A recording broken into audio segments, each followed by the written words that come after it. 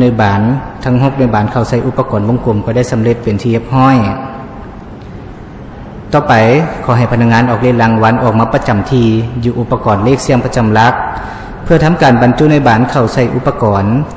มีทั้งหมด6ในบานซึ่งจะเริ่มแต่หมายเลข1หาหมายเลข6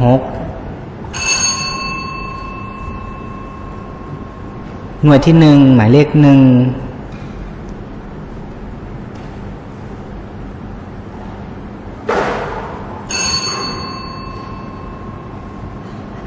หน่วยที่2หมายเลข2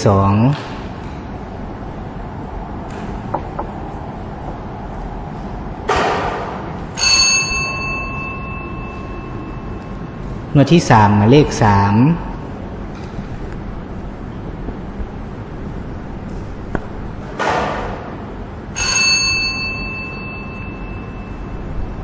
หน่วยที่4หมายเลข4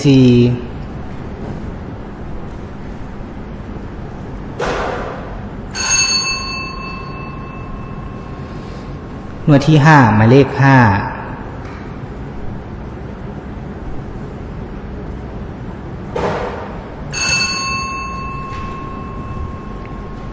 และหน่วยที่6หมายเลข6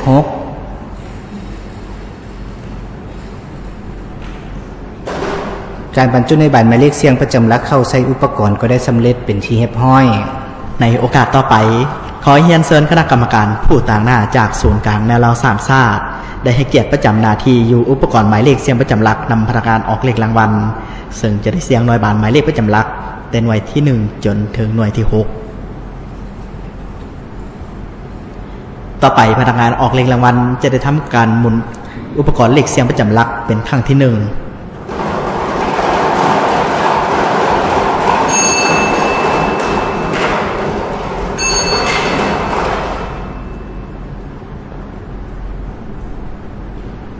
หน่วยบานหมายเลขเสียงประจำหลักครั้งที่1ได้แก่หมายเลข2ขอเชิญพนักงานออกเลขรางวัลที่ประจำอยู่ในตู้หมายเลข2พร้อมด้วยคณะกรรมการได้ออกมาประจำที่อยู่อุปกรณ์วงกลมพนักงานออกเลขรางวัลจะได้ทำการหมุนอุปกรณ์วงกลมเป็นครั้งที่1การออกเลขรางวัลหมายเลข6ตัวแมนการเสี่ยงเอา6หน่วยบานจากทั้งหมด60หน่วยบานมาเป็นผลการออกเลขรางวัลซึ่งจะได้รับผลทั้งเลข6ตัวเลข5ตัวเลข4ตัวเลข3ตัวเลข2ตัวและเลข1ตัวท้าย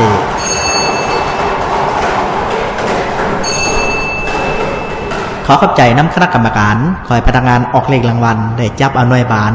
และนำไปวางไว้อยู่บนน้องหับอยู่ที่ตำแหน่งหลักหมื่นต่อไปพนักงานออกเลขรางวัลจะได้ทำการหมุนอุปกรณ์เลขเสียงประจำหลักเป็นครั้งที่2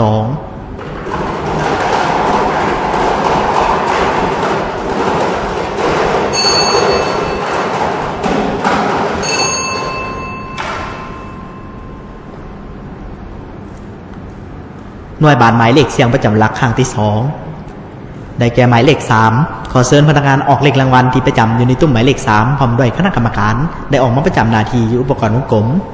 พนักงานออกเลขรางวัลจะได้ทำการหมุนอุปกรณ์วงกลมเป็นครั้งที่2เงื่อนไขในการรับเอาเงินรางวัลไว้พัฒนาใบหวยที่ถูกรางวัลต้องอยู่ในสภาพปกติจะมีไฟลึกขีดข่าเปื้อนบ่ปลอมแปลงตัวเลขใดๆและต้องอยู่ในระยะเวลาที่กำหนดไว้ตามระเบียบการก็คือ10วันนับแต่มือออกเลขรางวัลเป็นต้นไปยกเว้นแต่มือพักฐานราชการ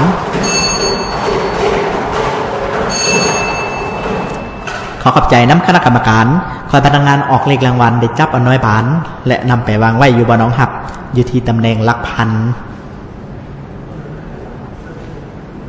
ต่อไปพนักงานออกเลขรางวัลจะได้ทำการหมุนอุปกรณ์เลขเสียงประจำหลักเป็นครั้งที่3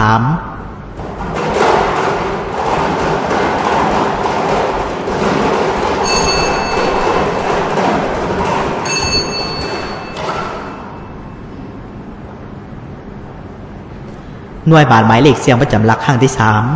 3ได้แก่หมายเลข1ขอเชิญพนักงานออกเลขรางวัลที่ประจำอยู่ในตู้หมายเลข1พร้อมด้วยคณะกรรมการได้ออกมาประจำหน้าที่อยู่อุปกรณ์วงกลมพนักงานออกเลขรางวัลจะได้ทำการหมุนอุปกรณ์วงกลมเป็นครั้งที่3การซื้อขายหวยแบบทันสมัยมีการจำหน่ายหวยผ่านคนขายหวยทั่วประเทศ และการซื้อผ่านระบบแอปพลิเคชันเทิงโทรศัพท์มือถือที่ได้รับอนุญาตตามระเบียบการ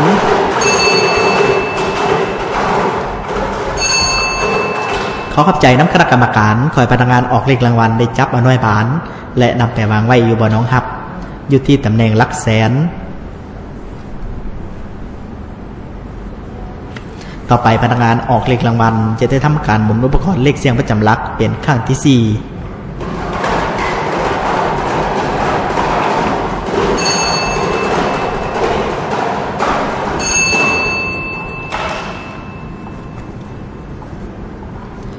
หน่วยบานหมายเลขเสียงประจำหลักครั้งที่4ได้แก่หมายเลข4ขอเชิญพนักงานออกเลขรางวัลที่ประจำอยู่ในตุ่มหมายเลข4พร้อมด้วยคณะกรรมการได้ประจำหน้าที่อุปกรณ์วงกลมพนักงานออกเลขรางวัลจะได้ทำการหมุนอุปกรณ์วงกลมเป็นครั้งที่4การจะตั้งการออกเลขรางวัลหวยพัฒนาแม่นร่วมศูนย์อยู่บนเดียวอยู่ที่สำนักงานใหญ่ของบริษัทรัฐวิสาหกิจหวยพัฒนาทางที่บ้านโตกันคำเมืองจันทบุรีนครหลวงแบงจันทร์ซึ่งนำใส่ผลการออกเลขรางวัลเป็นเอกภาพกันในขอบเขตทั่วประเทศขอขอบใจน้ำคณะกรรมการคอยพนักงานออกเลขรางวัลได้จับเอาหน่วยบานและนำไปวางไว้อยู่บนน้องหับอยู่ที่ตำแหน่งหลักห้อยต่อไปพนักงานออกเลขรางวัลจะได้ทำการหมุนอุปกรณ์เลขเสียงประจำหลักเป็นครั้งที่5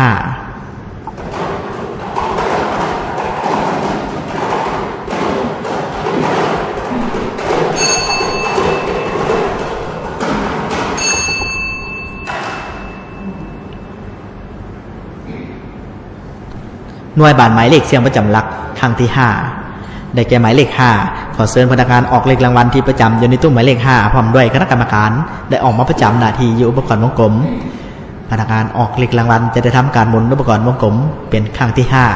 5และนี่พนักงานออกเลขรางวัลก็กำลังทำการหมุนอุปกรณ์วงกลมเป็นครั้งที่5เพื่อเฮ็ดให้หน่วยบานที่เหลือเพียงแต่2หน่วยบานได้สลับกันไปมาอีกครั้ง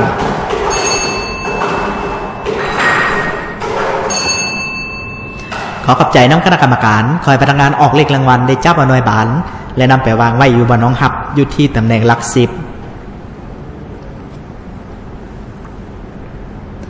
และต่อไปขอเชิญคณะกรรมการได้เสียงหน่วยบานหมายเลขประจำหลักเป็นครั้งที่6ซึ่งเป็นครั้งสุดท้ายขอเรียนเชิญ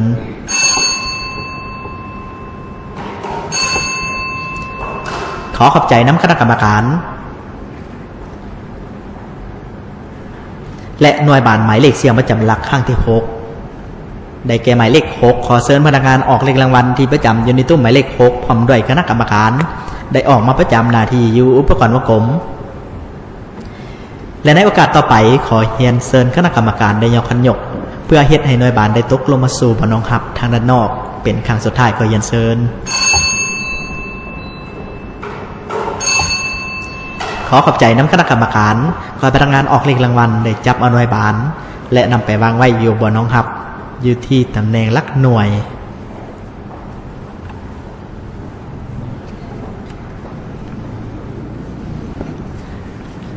ในเวลานี้หน่วยบานทั้ง6หน่วยบานก็ได้ถูกไปวางไว้อยู่บนห้องหับตามตำแหน่งที่เสียงได้เป็นที่เรียบร้อยต่อไปขอให้พนักงานออกเลขรางวัลจับเอาหน่วยบานและทำการไขหน่วยบานเพื่อเสนอผลการออกเลขรางวัลอย่างเป็นทางการ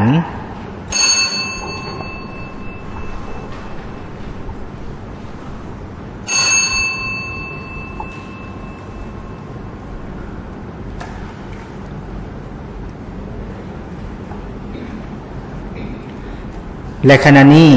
พร้อมแล้วที่จะประกาศผลการออกเลขรางวัลให้บรรดาท่านได้รับทราบผลการออกเลขรางวัลหวยพัฒนาประจำงวดที่104ออกข้างวันที่8เดือนกรกฎาคมปี2026รางวัลเลข6ตัวเลขที่ออกได้แก่หมายเลข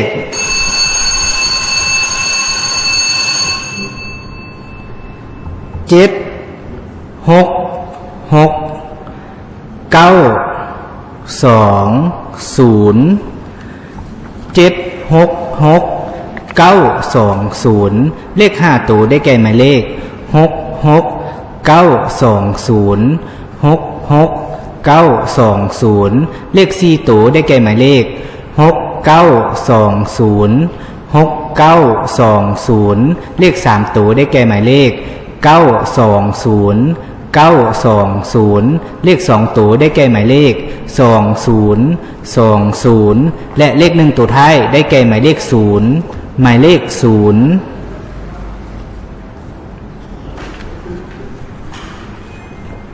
ผลการออกได้รางวัลเลข6ตัวก็ได้ออกมาสำเร็จเป็นที่เรียบร้อยต่อไปจะได้สืบต่อทำการออกเลขรางวัลสลากพัฒนา5/45ขอให้พนักงานออกเลขรางวัลออกมาประจำที่อยู่อุปกรณ์ออกเลขรางวัลในโอกาสต่อไปขอเรียนเชิญคณะกรรมการผู้ตั้งหน้าจากห้องว่าการสภาแห่งชาติได้ให้เกียรติออกมาประจำหน้าที่เพื่อทำการออกเลขรางวัลขอเรียนเชิญสลากพัฒนา5/45เลือกซื้อหมายเลขใน1เกมมูลค่า 1,000 กีบสามารถลุ้นถึกรางวัลได้5รางวัล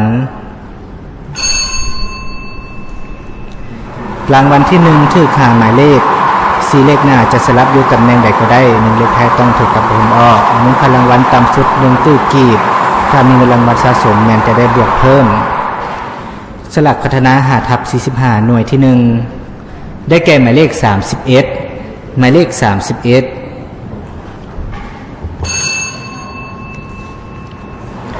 รางวัลที่2ถูก4หมายเลข3เลขหน้าจะสลับอยู่ตำแหน่งใดก็ได้1เลขท้ายต้องถูกกับผลออกรางวัลละ5,263,158 กีบหน่วยที่2ได้แก่หมายเลข25หมายเลข25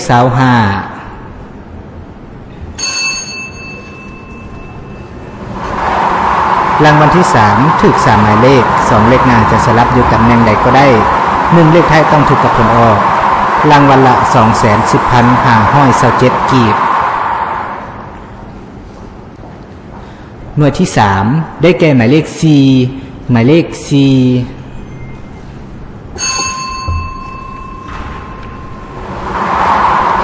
รางวัลที่4ถูก2หมายเลข1เลขหน้าจะอยู่ตำแหน่งใดก็ได้1เลขท้ายต้องถูกกับผลออกรางวัลละ 21,053 กีบหน่วยที่4ได้แก่หมายเลข15หมายเลข15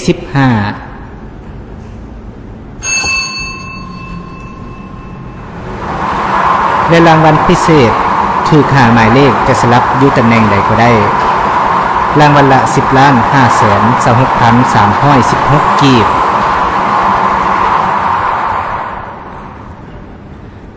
และหน่วยที่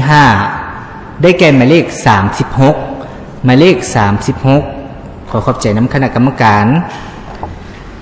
ผลการออกเลขรางวัลสลากพัฒนา5/45ก็ได้ออกมาสำเร็จเป็นที่เรียบร้อยต่อไปแมันจะได้ทวนคืนผลการออกเลขรางวัลทั้งหมดให้บรรดาทานได้รับทราบอีกครั้งผลการออกเลขรางวัลหวยพัฒนาประจำวันที่1ห้อย4ออกข้างวันที่8เดือนกรกฎาคมปี2016เลข6ตัวได้แก่หมายเลข766 920 766 9ท่านผู้ชมที่เคารพและที่ผ่านไปนั่นก็คือผลของการออกหน่วยพัฒนาประจำงวดที่